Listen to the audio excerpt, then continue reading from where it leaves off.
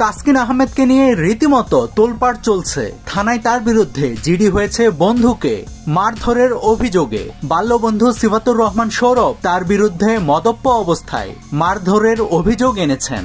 আরেক বাল্যবন্ধু ইশতিয়াক হৃদয় তাসকিনের নারী আসক্তি নিয়ে কথা বলেন গণমাধ্যমে, অথচ তাসকিনের দাবি বাল্যবন্ধুরা তার সাথে বিশ্বাসঘাতকতা করেছেন। এই গতিতারকা আরো বলেন, অভিযোগকারীরা এখন উল্টো ক্ষমা চাচ্ছে তার কাছে। তাসকিন মারধরের ব্যাপারটা অস্বীকার করে জানান, আমি মারলে ওরা এতক্ষণে হাসপাতালে থাকতো।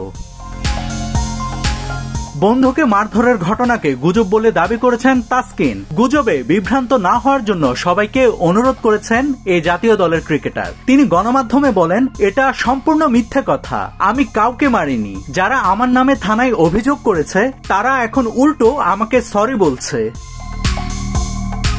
ফোনে ডেকে নিয়ে মারধর ও হুমকি দেওয়ার অভিযোগে তাসকিনের বিরুদ্ধে পরশু রাতে মিরপুর মডেল থানায় সাধারণ ডায়েরি করেন সৌরভ, যিনি তার ছোটবেলার বন্ধু।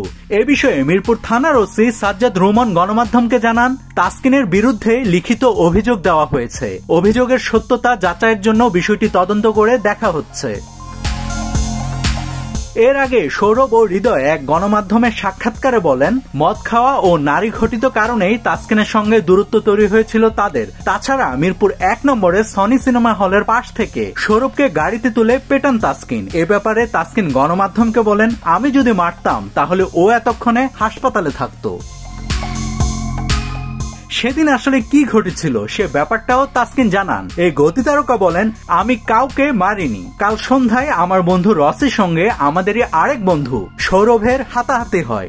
ঘটনা শুনে আমি মোহাম্মদপুর থানার ওসিকে অনুরোধ করি বিষয়টা দেখতে। পরে ওসি সাহেব ঘটনা তদন্তে নামলে সৌরভরা ক্ষিপ্ত হয়ে আমার নামে জিডি করে। তাসকিনের দাবি, তার বিরুদ্ধে অভিযোগ করে এখন উল্টো বিব্রত অভিযোগকারীরা। তিনি বলেন, ওদের সবার সঙ্গে আমার ছোটবেলার সম্পর্ক। আমি সৌরভকে জিজ্ঞেস করেছিলাম, তুই কেন করলি এটা, আমার নামে অভিযোগ কেন দিলি? আমি তো সেখানে ছিলামই না। সে বলেছে সে নাকি এটা ইমোশনালি করে ফেলেছে। সৌরভ আমার কাছে দুঃখ প্রকাশ করেছে, সে অভিযোগও প্রত্যাহার করেছে। অভিযোগকারী সৌরভ গতকাল মৌখিকভাবে মিরপুর মডেল থানাকে জানিয়েছে তিনি অভিযোগ প্রত্যাহার করতে চান। তবে থানা থেকে তাকে জানানো হয়, যেহেতু তিনি লিখিতভাবে অভিযোগ করেছেন তাকে অভিযোগ প্রত্যাহারও করতে হবে লিখিতভাবে। নাভিদ হাসান, সোনালী নিউজ।